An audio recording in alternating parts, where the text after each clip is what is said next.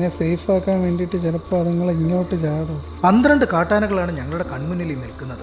കുറച്ചു നേരം ടോർച്ച് ഒന്ന് ഓഫ് ചെയ്തപ്പോഴേക്കും ഞങ്ങളുടെ ഏറ്റവും അടുത്തേക്ക് ആനകൾ എത്തി. ഞങ്ങൾ ലൈറ്റ് ബ്ലിങ്ക് ചെയ്ത് അടിക്കാൻ തുടങ്ങിയപ്പോൾ കാട്ടാനകൾ തിരികെ പുറകിലേക്ക് ഓടാൻ തുടങ്ങി. ഇത്ര അടുത്താന്ന് അവരും പ്രതീക്ഷിച്ചില്ല. ആനകളെ വനത്തിലേക്ക് ഓടിക്കാൻ വേണ്ടിയിട്ട് വനപാലകർ തോക്കെടുത്ത് ലോഡ് ചെയ്തു. ഇവറ്റകൾ സ്പ്ലിറ്റ് ആയിട്ട് നിൽക്കുവാണെങ്കിൽ ഓടിക്കുന്നത് ഏറെ ശ്രമകരമാണ്. അവിടെ 2-3 നിൽക്കുന്നു. ആനകൾ നീങ്ങുന്നതനുസരിച്ച് കൂടെ ഞങ്ങളും പതിയെ നീങ്ങാൻ തുടങ്ങി. ഇവറ്റകളുടെ നീക്കം മനസ്സിലാക്കിയാൽ മാത്രമേ നമുക്കും എന്തെങ്കിലും ചെയ്യാൻ സാധിക്കൂ. ഒരു വെടി പൊട്ടിക്കുന്നതിന് മുമ്പ് ഒരുപാട് വട്ടം ആലോചിക്കണം.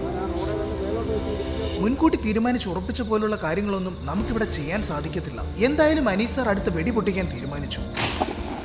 വെടിയൊച്ചയുടെ ശബ്ദത്തിൽ ഭയന്ന് മുന്നോട്ടേക്ക് നീങ്ങാൻ തുടങ്ങിയ ആനകളുടെ കൂടെ ഞങ്ങളും പതിയെ നീങ്ങാൻ തുടങ്ങി. പോകുന്ന വഴിയിൽ തന്നെ തോക്ക് വീണ്ടും റീലോഡ് ചെയ്തു.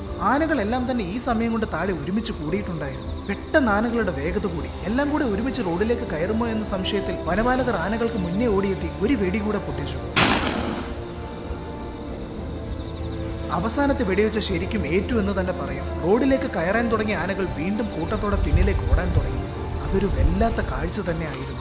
കൺമുന്നിൽ നിന്ന് കാട്ടാനകൾ മായുന്നത് വരെ ഞങ്ങൾ ശ്രദ്ധയോടെ കാത്തു നിന്നു. ഇതൊരവസാനമല്ല, അടുത്തത് എന്ത് സംഭവിക്കുമെന്ന് കാത്തിരുന്ന് കാണാം.